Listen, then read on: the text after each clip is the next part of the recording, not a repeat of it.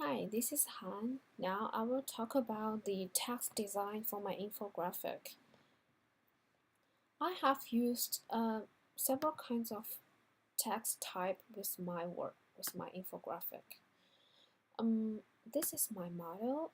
As you can see here, the designer used three types of text for the title. So to emulate these, I use three different types for my title as well.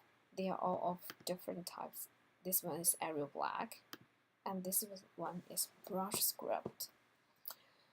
And for other part of my text, I have used noteworthy. It is also from my text model, as you can see here.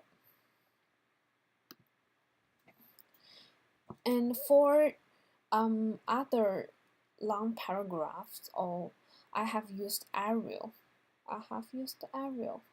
And for the titles, I have used noteworthy as well. And then, besides this big title for the whole infographic, I have these titles here for the charts and for the displays as well. And this one is a title on this text is text on the path. It is the title for the chart. I have include several labels with different charts here. Like, see, this text here is used as labels, and they are labeling these circles. One, I cannot put the label close to the saying it is labeling. I use a pointer. Like, see, this pointer helps here. And these arrows here also works as pointer.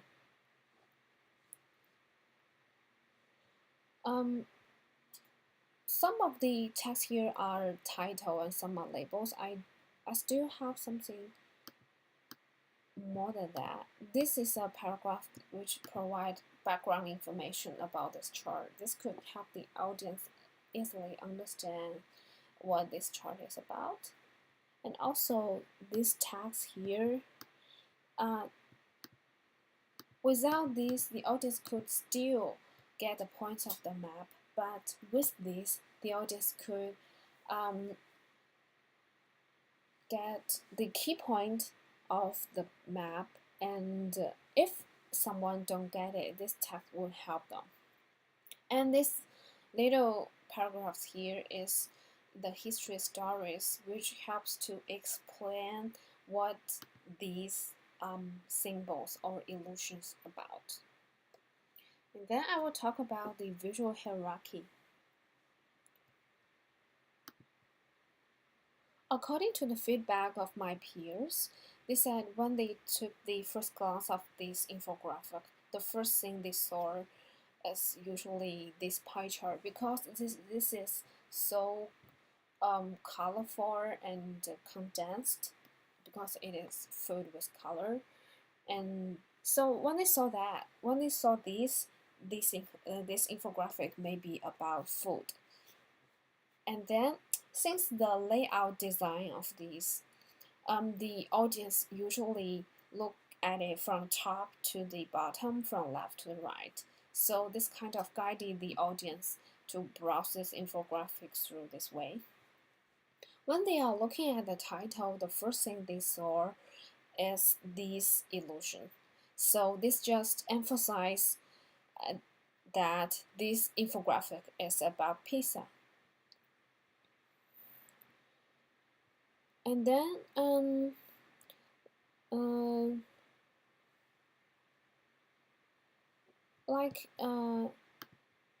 this is the alignment of my model.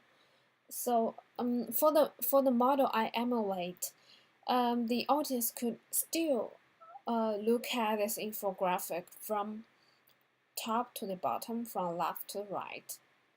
So it's kind of similar with the model I emulate.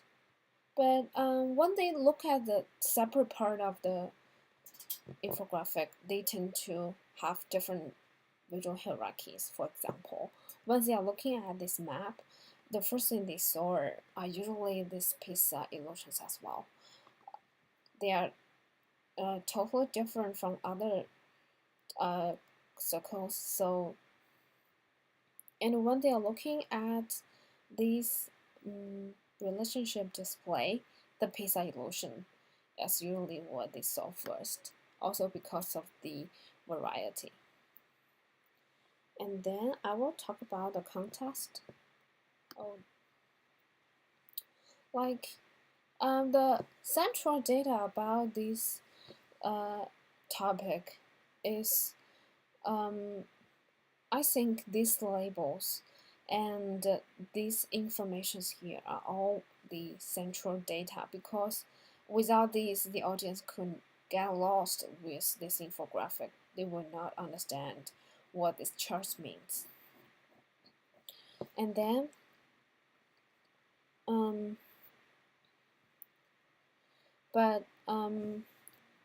like these histories here are informations that are related to the topic, because they are not very essential here. But with this, the audience could get more detailed information. And then I will talk about the unity and the variety of my model. Since I have so many little elements in my infographic, so you can see unity and variety everywhere. For example, for this bar chart, you can see they are all of the same shapes. They are all pizza slices, but of different colors, and the bar are of different lengths. And for this circle chart, they are all of the same shape. They are all pizza shape, but they are of different colors.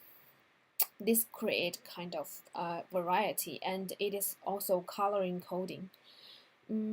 For this one, yes, there is also variety here. Like I use pizza shape to replace those dots, to replace those important circles, to create a kind of variety. And but the sizes of these red dots, even they are of the same color, but they are of different sizes. So the unity is that they are of the same color, but the variety is they are of different size. It is for this relationship display. These circles represent different factors. They are of the same shape, but they are still of the different color. So for my model, as you can see here, these tags here, they are of the same type, but they are of the different colors.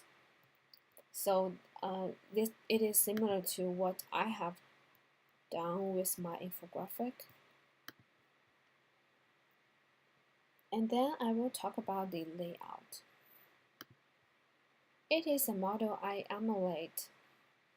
So the designer have used the lines to separate the whole page into several blocks and put the chart and the elements in the blocks.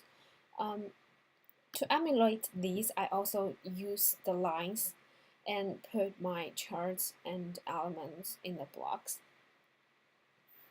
So with this layout, the audience could easily follow the way I want them to browse this infographic. I think it's really good. This is what I want to achieve, so why I choose this model. And then I will talk about the alignment. For For this model, you can see um, many of the titles, look, these red titles, they are all aligned to the left. So what I've done is also these titles are aligned to the left. And many of these charts and illusions are center aligned. So, for example, for this one and this one, it is also center aligned.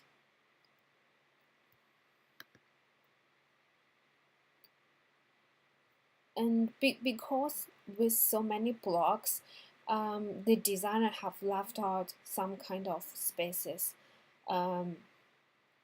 So I think that's the way to make this layout more pretty. So I also did this. The block is not filled with these charts. There are some spaces around. Okay, thanks. I'm very glad to take this course. This is all about my infographic. Now I want to show you what I'll show you the portfolio. This is the model part. I have designed all this. I have finished all this.